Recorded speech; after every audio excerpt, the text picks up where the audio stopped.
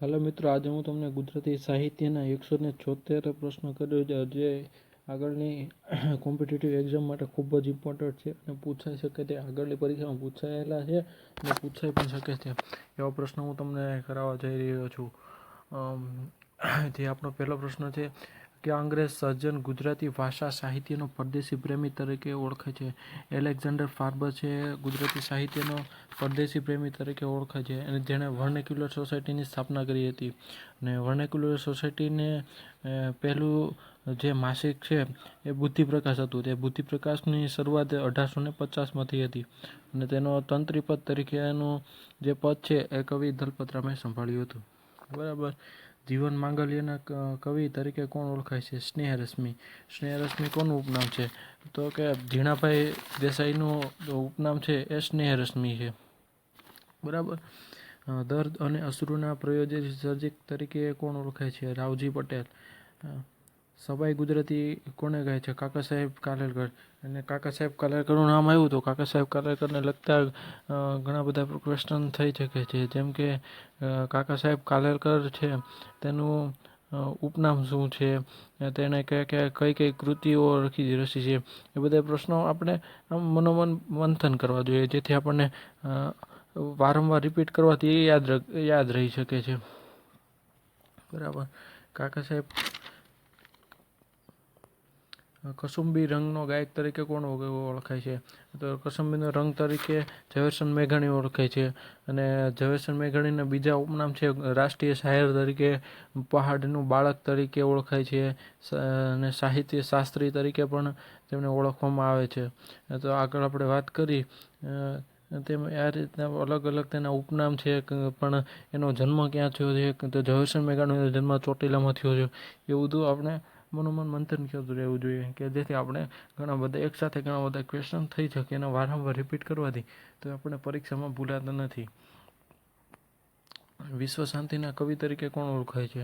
ઉમાશંકર જોશી. ઉમાશંકર જોશી એ વિશ્વ શાંતિના કવિ તરીકે ઓળખાય છે. ને ઉમાશંકર જોશીનું ઉપનામ ધૂમકેતુ છે. ને એક વાત કહી દઉં, સોરી ઉમાશંકર જોશી છે નહીં, પણ ગૌરીશંકર જોશીનું ઉપનામ ધૂમકેતુ છે. સોરી. બરાબર. ગુજરાતીની અસ્મિતાના આદ્યપ્રયોગ તરીકે રણજીતરામ વાવભાઈ મહેતા ઓળખાય છે, તરીકે જાણીતા છે. ને રણજીતરામ વાવભાઈ મહેતાએ ગુજરાત સાહિત્ય સભાની સ્થાપના કરી હતી. તે 1904માં ગુજરાતી સાહિત્ય સભાની સ્થાપના કરી હતી. અનંતરાય રાવળભાઈનું નામ કયા ક્ષેત્ર જાણીતું છે? વિવેચન માટે જાણીતું છે. ગુજરાત વર્નાક્યુલર સોસાયટીની સ્થાપના કોણે કરી હતી? આગળ મેં વાત કરી એમ એલેક્ઝાન્ડર કિલો ફાર્બસે 1848માં કરી હતી. તેમનું પ્રથમ સાહિત્ય હતું એ માસિક હતું એ બુદ્ધિપ્રકાશ છે અને તેનો વિવેચક દલપતરામે કર્યું હતું. કઈ સંસ્થા રણજીતરામ સુવર્ણચંદ્રક એનાયત કરે છે? ગુજરાત સાહિત્ય સભા. ગુજરાત સાહિત્ય સભા છે તે રણજીતરામ સુવર્ણચંદ્રક એનાયત કરે છે અને તેની સ્થાપના રણજીતરામ વાવભાઈ મહેતાએ કરેલી છે. પ્રેમાનંદ સાહિત્ય સભા ક્યાં આવેલી છે? વડોદરા. એવી જ એક પ્રેમાનંદ સાહિત્ય સભા જેવી જ એક છે નર્મદ સાહિત્ય સભા. પ્રેમાનંદનો જન્મ વડોદરામાં થયો હતો, એટલે પ્રેમાનંદ સાહિત્ય સભા વડોદરામાં આવેલી છે. અને નર્મદનો જન્મ સુરતમાં થયો હતો, એટલે નર્મદ સાહિત્ય સભા એ સુરતમાં આવેલી છે. ગુજરાત સાહિત્ય અકાદમી ક્યાં આવેલી છે? ગાંધીનગરમાં. ભારતીય વિદ્યાપીઠની સ્થાપના કોણે કરી હતી? કનૈયાલાલ માણેકલાલ મુનશીએ કરી હતી. બરાબર. તો કનૈયાલાલ માણેકલાલ મુનશીને ઐતિહાસિક નવલકથાકાર તરીકે પણ ઓળખવામાં આવે છે. ગુજરાતી સાહિત્ય અકાદમીનું મુખપૃષ્ઠ શું છે? શબ્દકોશ. આ બહુ જ ઇમ્પોર્ટન્ટ ક્વેશ્ચન છે, તે ઘણી બધી એક્ઝામમાં પૂછાયેલો છે.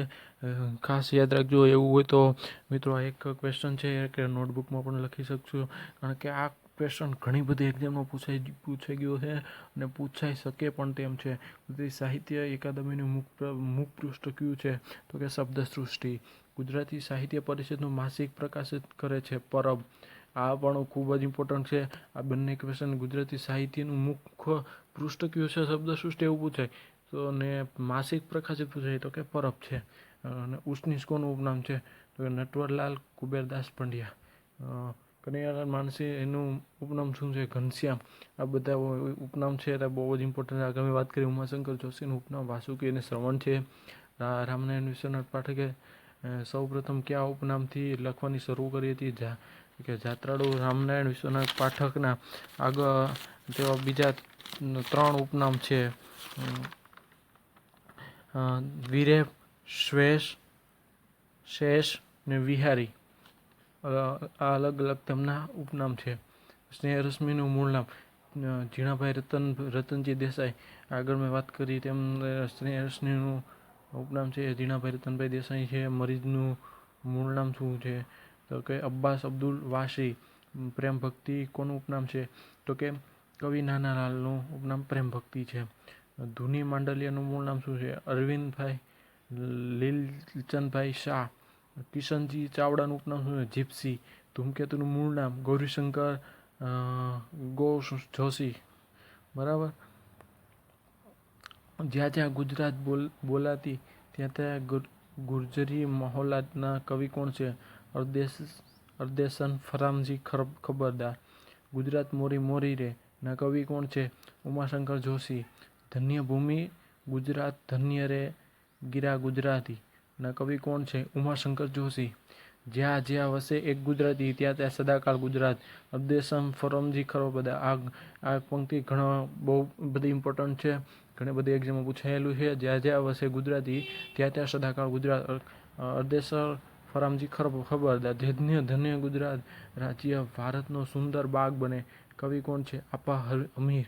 હું માનવી માનવ થાવ તોય ઘણું ને કવિ કોણ છે? સુંદરજી. ત્રિભુવનદાસ જે જેમનું મૂળ નામ છે તે ત્રિભુવનદાસ લુહાર છે. ભાષાને શું વળગે? ભૂર. જે રણમાં જીતે સૂર ના કવિ કોણ છે? અખો.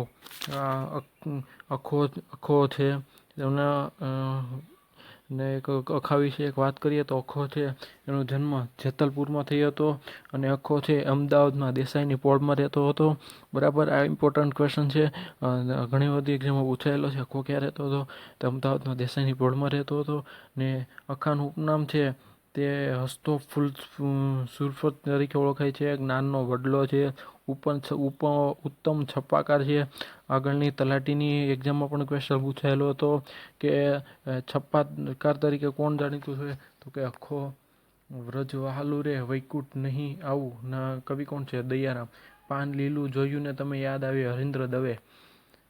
હરિનો માર્ગ છે સુરાનો નહીં કાયરનું કામ. પ્રીતમદાસ. મોર તું આવડા તે રૂપ ક્યાંથી લાવ્યો રે? મોરલા મરદ લોકમાં આવ્યો રે. નરસિંહ કોણ છે? દાસી. જીવન. યા હોમ કરીને પડો ફતે છે આગે. પંક્તિ કોની છે? નર્મદની. નર્મદનો જન્મ છે આગળ વાત કરી તેમ સુરતમાં થયો હતો. વ્યક્તિ માટેનું બધું વિશ્વ માનવી માથે ધરું મૂળ. વસુંધરાની કોની પંક્તિ છે? ઉમાશંકર જોશી. છેલ્લો કટોરો ઝેરનો પી દીધો બાબુ. ઝવેરચંદ મેઘાણી. ઝવેરચંદ મેઘાણીનો જન્મ ચોટીલામાં થયો હતો. જનની જોડ સખી નહીં જડાયેલો કવિ બોટાદકર. રાધાનું નામ તમે વાંસળીના સુરમહીના મેલો ઘનશ્યામ. સુરેશ દલાલ. તું તારા દિલનો દીવો થાને ના કવિ કોણ છે? ભોગીલાલ ગાંધી. જ્યાં ચરણ રૂકીએ ત્યાં કાશી ના કવિ કોણ છે? મકરંદ દેસાઈ. જગની સહુ કડીઓમાં સ્નેહથી સર્વથી વળી ના કવિ કોણ છે? સુંદરમ. રમતા રમતા લડી પડે બે ભાઈને ના કવિ કોણ છે? જયંત પાઠક. જગતના સૌ ઝેરોમાં સૌથી કાતિલ વેરનું ના કવિ કોણ છે? બાલમુકુંદ દવે. જે પોષતું તે મારતું એવો દિશક્રમ ગુજરાતી ના કવિ કોણ છે? કલાપી. ભૂખ્યા જનોનો જઠ જાગરે ખંડેરી ભસ્મી કણીના લાજશે ના કવિ કોણ છે? ઉમાશંકર જોશી. તું શાની સાપનો ભારો તું તુલસીનો ક્યારો લડકલી ના કવિ કોણ છે? બાલમુકુંદ દવે. આપણે ભરોસે હાલ્યા હો ભેરું મારા ના કવિ કોણ છે? પ્રહલાદ દવે. મારા ઠાકોરજી નથી થવું આ કવિ કોણ છે? કવિ દાદ. મને અલ્પાંતમાં માપવાને સારું સત્યનો ગજ કદી ટૂંકો ન થાવો ના ઉક્તિ કોની છે? તો કે ગાંધીજી. જીવન અંજલિ થાજો મારું જીવન અંજલિ થાજો ના કવિ કોણ છે? કરશનદાસ માણેક. અસત્ય માહિતી પ્રભુ તું પરમ સત્ય લઈ જા નંદલાલ. બરાબર. અખંડ ઝાલર વાગે ના રચયિતા કોણ છે? સુરેશ દલાલ. અગ્નિકુંડમાં ઉગેલું ગુલાબના લેખક કોણ છે? નારાયણભાઈ દેસાઈ. અહીંયા એક વાત કીધું કે નારાયણભાઈ દેસાઈ અગ્નિકુંડમાં ઉગેલું ગુલાબ તે એના પિતા મહાદેવભાઈ દેસાઈ છે તેમના વિશે લખેલી એક કૃતિ છે. તેમના પિતાનું નામ છે મહાદેવભાઈ દેસાઈ અને એના વિશે લખેલી કૃતિનું નામ છે અગ્નિકુંડમાં ઉગેલું અગ્નિકુંડમાં ઉગેલું ગુલાબ. જટાયુ કોની રચના છે? સીતાયુ યશચંદ્ર. 7 પગલા આકાશમાં કોની કૃતિ છે? કુંદનિકા કાપડિયા. લીલીરો ઢાળના રચયિતા કોણ છે? પ્રિયકાંત મણિયાર. સર્વિકલનું સાહિત્ય સ્વરૂપ કયું છે? નાટક. કુળ કથાઓના સર્જક કોણ છે? સ્વામી આનંદ. આંગળીયા નવલકથાના લેખક કોણ છે? જોસેફ મેકવાન. વમળના વનના સર્જક કોણ છે? જગદીશ જોશી.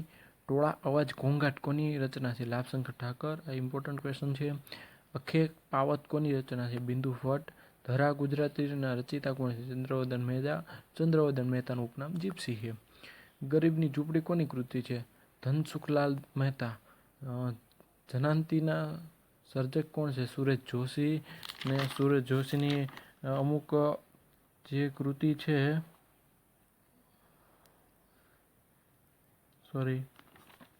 ખૂબ જ ઇમ્પોર્ટન્ટ છે. એમાં જયંતિકા તે જનાંતી તે છે એ પણ ઇમ્પોર્ટન્ટ છે. વનાચલ કોની કૃતિ છે? જયંત પાઠક. પીળું ગુલાબ અને હું કોની નાટ્ય રચના કોની છે? લાભશંકર ઠાકરની. મેના ગર્જરીના સર્જક કોણ છે? રસિકલાલ શો પરીખ. ઉમાશંકર જોશીને જ્ઞાનપીઠ એવોર્ડ વિજેતા કૃતિ કઈ છે? કે નિષેધ માટે તેમને જ્ઞાનપીઠ એવોર્ડ મેળવ્યો. એવું પૂછાય કે નિષેધ માટે ઉમાશંકર જોશીને ક્યારે જ્ઞાનપીઠ એવોર્ડ મેળવ્યો હતો? તો જવાબ આવે 1967માં. અને બીજી વાત કરીએ તો હાલમાં જ 2015માં કોને જ્ઞાનપીઠ એવોર્ડ મળ્યો હતો? સોરી મિત્રો, વારંવાર ડિસ્ટર્બન્સ થઈ રહ્યું બદલ.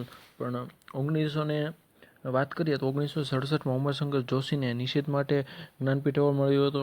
પછી બીજો જ્ઞાનપીઠ એવોર્ડ છે તે 1985માં પન્નાલાલ પટેલને માનવીની ભવાઈ માટે મળ્યો હતો. અને 2001માં રાજેન્દ્ર શાહને ધ્વનિ માટે મળ્યો હતો. અને લેટેસ્ટની વાત કરીએ તો રઘુવીર ચૌધરીને 2015માં અમૃતા માટે તેમણે જ્ઞાનપીઠ એવોર્ડ મેળવ્યો હતો.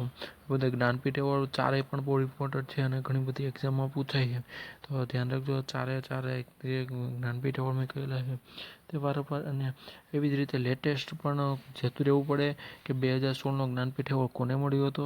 તો કે શંકર ઘોષને મળ્યો હતો. બરાબર. એવી રીતના દિલ્હી સાહિત્ય અકાદમી 2016નો કર્યો તો કમલ હોરાને મળ્યો હતો. નરસિંહ મહેતા પુરસ્કાર કોને મળ્યો હતો? કે જયંત માવરીને. એવી જ રીતના પહેલો નરસિંહ મહેતા પુરસ્કાર કોને મળ્યો હતો? રાજેન્દ્ર શાહને.